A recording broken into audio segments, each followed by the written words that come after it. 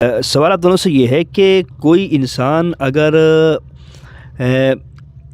لگاتار 3 گالیاں دیتا ہے، 3 گالیاں، تو کیا 3 گالی لگاتار دینے سے انسان کا روزہ ٹوٹ جاتا ہے؟ اللہ تعالیٰ برکاتہ۔ وعلیکم السلام ورحمۃ اللہ وبرکاتہ۔ خیریت سے ہیں بھائی؟ الحمدللہ۔ ماشاء اللہ۔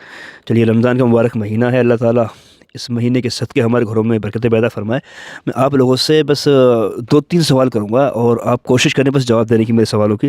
سب سے پہلے بھائی میں آپ سے معلوم کرتا ہوں، ایک زمانہ ہوا کرتا تھا جب لوگ اپنے بچوں کے نام کچھ بھی رکھ دیا کرتے تھے، اور آج کا وقت یہ ہے کہ لوگ اپنے بچوں کو جو نام رکھتے ہیں تو وہ بڑے عجیب عجیب نام ہوتے ہیں جن ناموں کے کوئی معنی تک نہیں ہوتے۔ لیکن میں سوال آپ سے کرتا ہوں کہ کچھ لوگوں کے نام ہیں محمد نبی، احمد نبی، نبی احمد، یہ جو نام ہیں یہ نام رکھنا کیسا ہے؟ یہ نام رکھنا صحیح نہیں ہے، باقی منع ہے یا ناجائز ہے، حرام ہے، کیا ہے؟ ناجائز ہے، حرام ہے، حرام ہے۔ حرام ہے۔ دوستو، محمد نبی، نبی احمد، احمد نبی، یہ نام رکھنا سراسر حرام ہے۔ اچھا بھائی میں آپ سے معلوم کرتا ہوں، آپ مجھے یہ بتائیے کہ اللہ رب العزت کو اپنی چشم ظاہر سے، اپنی ماتھے کی نگاہوں سے کس نبی نے دیکھا ہے؟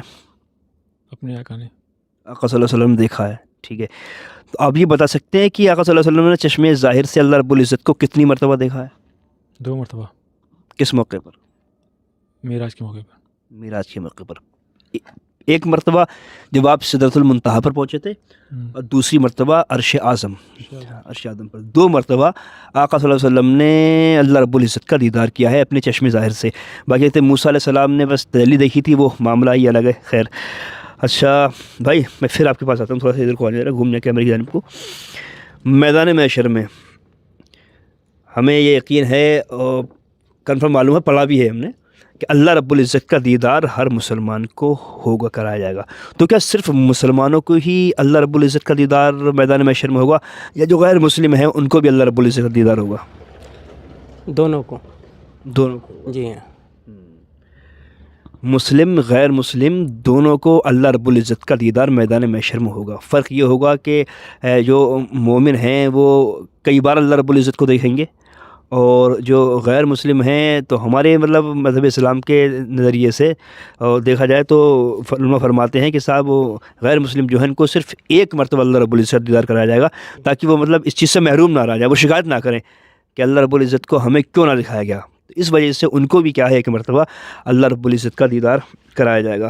دوسرا سوال میں آپ سے غور کرتا ہوں، بہت سارے ہمارے بھائی بھی اور بالخصوص ہماری ماں بہنیں اللہ رب العزت کو اللہ میاں کہتی ہیں، تو اللہ میاں کہنا کیسا ہے؟ اللہ میاں کہنا غلط ہے، غلط ہے، نہیں کہنا چاہیے۔ اللہ پاک کہنا چاہیے، اللہ رب اور العزت اللہ کہنا رب العزت چاہیے۔ کہنا چاہیے۔ ہاں، بہت سے نام ہیں اللہ رب العزت کے، کوئی بھی نام لے رہے ہیں، بہرحال اللہ میاں نہیں کہنا چاہیے، یہ غلط ہے۔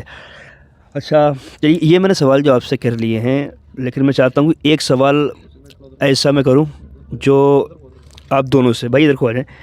ایک سوال، رمضان شریف کا یہ مہینہ ہے نا، مبارک مہینہ ہے، تو میں چاہتا ہوں اس رمضان کے مہینے اس کے تعلق سے ایک سوال آپ دونوں سے میں کر لوں، اور جس کو بھی جواب آتا ہو وہ کہہ دینا، میں بتاتا ہوں جواب سوال، ٹھیک ہے؟ سوال آپ دونوں سے یہ ہے کہ کوئی انسان اگر لگاتار 3 گالیاں دیتا ہے، 3 گالیاں، تو کیا 3 گالی لگاتار دینے سے انسان کا روزہ ٹوٹ جاتا ہے؟ مکروہ ہے گا۔ آپ کیا کہیں گے بھائی؟ مکروہ ہو جاتا ہے۔ مکروہ ہو جاتا ہے، ٹوٹتا نہیں ہے؟ ٹوٹتا نہیں ہے۔ یہ بھی ٹھیک ہے۔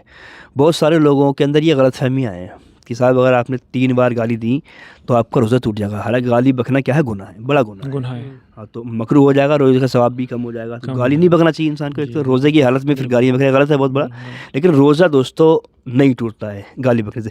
چلیے ایک سوال بس اور کر لوں، ذہن کے اندر میں آ گیا۔ کچھ لوگ یہ کہتے ہیں کہ صاحب اگر آپ نے تراویح اس مہینے میں پڑھنی ہے تو ساری تراویح پڑھو، اگر ایک تراویح چھوٹ گئی تو پھر آپ تراویح پڑھ نہیں سکتے۔ نہیں پڑھ سکتے ہیں، پڑھ سکتے ہیں، جتنے آپ پڑھیں گے اتنا ثواب ہے، اور نہیں پڑھیں گے تو کوئی گناہ نہیں ہے۔ بھائی گناہ ہے نا، نہیں، اگر سنت موقع ہے نا، اگر نہیں پڑھیں گے تو گناہ پڑھیں گے تو ثواب ہی ہے۔